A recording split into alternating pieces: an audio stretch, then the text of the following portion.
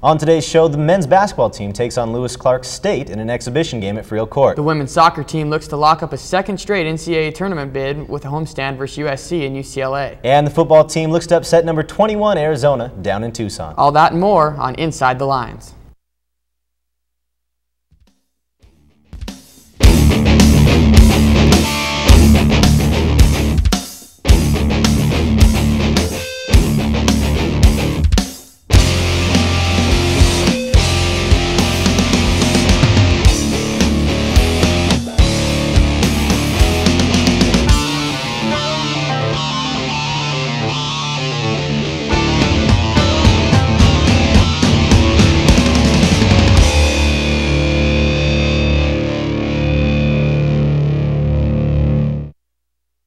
Hello and welcome to Inside the Lines. I'm Dominic Sheldon. And I'm Riley Corcoran. We have a great show for you today, coming at you live in Studio A in the Merle Complex here at WSU. Let's get to it. With new men's basketball head coach Ken Bowman, Washington State faithful have been curious to see how his new offense and the freshmen would fare against the Lewis Clark State Warriors. Let's get to the highlights. Now, after a summer full of USA basketball for sophomore guard Klay Thompson and forward D'Angelo Castro, expectations were big for the highly regarded pair.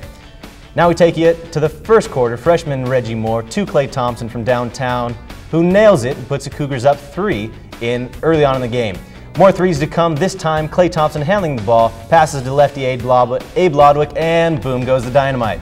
Lodwick got the start at power forward on the night, not his natural position. A third three in several possessions? It's possible. Mike Hartoon off the screen buries the tray. Hartoon would go for double digits on the night. Watch here off the rebound, Xavier Thames running after the ball, jumps out of bounds to save it, and tramples over Cable 8's Lacey Lingle. She comes up all smiles with just a skosh of embarrassment. Now defensively, the Warriors looked inside all night and tried to use their height against D'Angelo Castro. After some nifty post play here, Alex King puts away the basket for the Warriors. Coach Bowman would call a timeout to draw up this play. Hartoon to Castro, throw it down, big fella. Castro finished the game with 14 points respectively. 8 minutes left in the first half. Thompson doing it all by himself. Ooh, that's just buttery smooth. Thompson only missed 3 of his 9 shots during the game. More unselfish play by the Cougs. Fast break. Reggie Moore with the ball. Outlets to Hartoon, who spots up again and shows his strength from deep. Here we have D'Angelo Castro with some smart play. Pump fakes it and gets an easy layup. Now Moore get tired of passing the ball, so he'd slice and dice his way to a well-earned 2 points. However, it wasn't all rosy for the Cougars, with sloppy play all over. Here's Xavier Thames, passes to Thompson, who takes his eye off the ball and lets it go out of bounds. Not one of Klay's finer moments, to say the least. He'd make up for it next possession, though, showing off his slashing abilities and takes the defender to the rack for the left-handed runner with just a minute left on the clock. Last play of the first half, Thames to Thompson knocks down another shot from distance, walking the Cougars off the court up 42-24 at the break. At this point, the game is essentially over, but here's a few more highlights for you to chew on. Fast break, Koprivica to Moore, who hits Castro again for his second alley-oop on the night, one of Moore's 8 assists. Now Hartoon again from distance in the second half. One of his jump shots, he shot 5 of 6 on the night. Reggie Moore to Marcus Capers, dunk contest champion, who also had 8 rebounds and 2 steals. One more dunk, why not? Reggie Moore skies it for the slam. Now the Fan State, who through the second half certainly had their fair share of excitement despite the lopsided 73-51 Cougar victory. Now, Riley, I know you didn't get to see the game, but you heard the reports. What's your overall assessment of the Cougars thus far? You know, the first game is really exciting. Different brand of basketball, as we've seen. More up and down. I'm sure you'd like to see that as a fan. It's exciting to see to start off a very young team. Surprised Nikola Koprivica didn't play much more. How much can we see, or how much can we hope to expect from the freshmen come Pac-10 play? I know Reggie Moore had 8 assists, played great on the night. Can we expect that night in and night out? Not in the Pac-10. You're not going to expect that his first year, but those non-conference games are going to be very big. The WSU women's volleyball team has cooled down a little bit after knocking off arch rival Washington 3 weeks ago to put them back in the rankings. After dropping both matches against the Arizona schools, the Cougs tried to get it back on track against the visiting California Golden Bears. Nothing seemed to go right for WSU as the 13th ranked Bears came into Pullman ready to go, blowing out the Cougars 25-16 in the first set.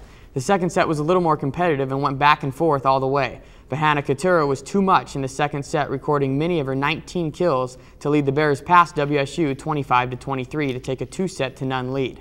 The WSU women's volleyball team has cooled down, and we will see. Let's go to the highlights a little bit. To pick up the action, third set now. The Cougs are getting rolling. The tip back over the net. Now Oceana Bush picks it up. Kelly Hyder to Renee Bordelon and Rachel Todorovich with the kill to put the Cougs ahead. Later in the set, WSU defends the jump serve nicely in a quick set to Cassie Robbins, who gets it over. Cal back on offense, but Robbins is there for the block, and WSU was rolling. Faith Hutcherson with the great serve to throw off the Bears' offense as they miss wide.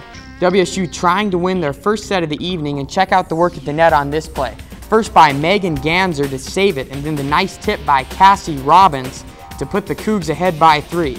Next point, Andrew Palaleo draws up a beauty. Renee Bordelon sets it up for Megan Ganser, who finds a huge hole for another Cougar point. Set point now for the Cougs is the combination of Hyder to Bordelon and Megan Ganser putting off the winning touches for the third set victory, but they do fall in 4 games to Cal. Now we're going to take you up to campus, where our Jen Hollenbach interviewed students about their expectations for Cougar basketball and other WSU athletics. I'm Jen, and I'm here in the Cub talking to students about last Monday's basketball game. So how do you think Monday's basketball game went? I think it went real good. We're looking real nice, kind of young, but I think we should have a pretty good year this year. How do you think the rest of the season is going to be going for the team? I think they're going to do real well. They look real nice, and they're real exciting to watch. Do you have anything? I mean, I didn't go to the game, but I heard they got a pretty good squad this year, so we'll just see how it goes throughout the season. I think it's going to go pretty well. I feel like it's a really young team, and I feel like they'll be pretty fast and fast break on a lot of teams. So I think they'll do pretty good. Hopefully that's reflective of the rest of the season, you know. I guess being the first game, you know, it's hard to say if that's going to, you know, be what the season is like, but I think we're all hoping it's going to be that way back to the tournament. Well, we got a couple returners that I think will be good players for us. Clay Thompson and Casto will be good assets to the team, and I think we'll do all right. Yeah, I mean, I think they're doing pretty good. They got a good team. They got some good recruits, and they should do good this year. So. Have they started playing? Good. I think they're going to do good. Really, really well. It's another way I can say good. Excellent. Awesome. Really amazing. Go Cougs. I would say probably middle of the Pac-10. Guard play is good. It didn't look like they had much structure on offense and defense. Like they didn't have, like for example, like on-ball screens. They didn't switch up very well.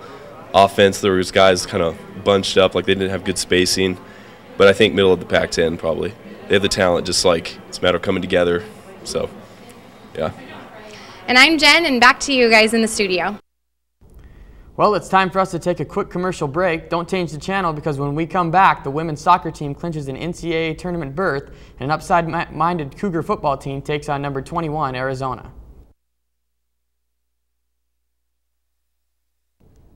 Last Friday, the Washington State women's soccer team was visited by the USC Trojans as the Cougars hope to improve their conference standing and their chances at gaining another at-large NCAA bid.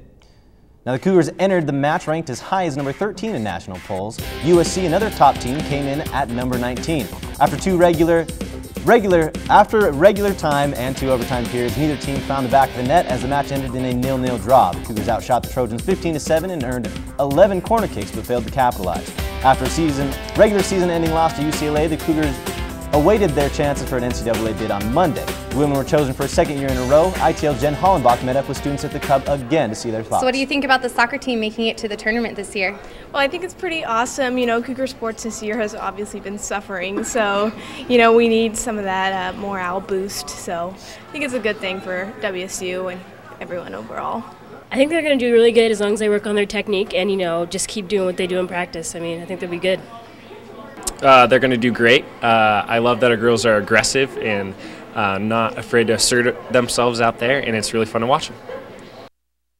Now, Riley, the women's soccer team are going as an at-large bid to the NCAA tournament for the second time in 2 years. That's a first for the program's history. How much is Coach Potter? How much does he mean to this team? You know, I was just going to say, Coach Matt Potter's done a great job at turning this program around, similar to what Andrew Palaleo's doing on the volleyball court for WSU, and it gets lost sometimes when we talk about football, but they're doing a great job.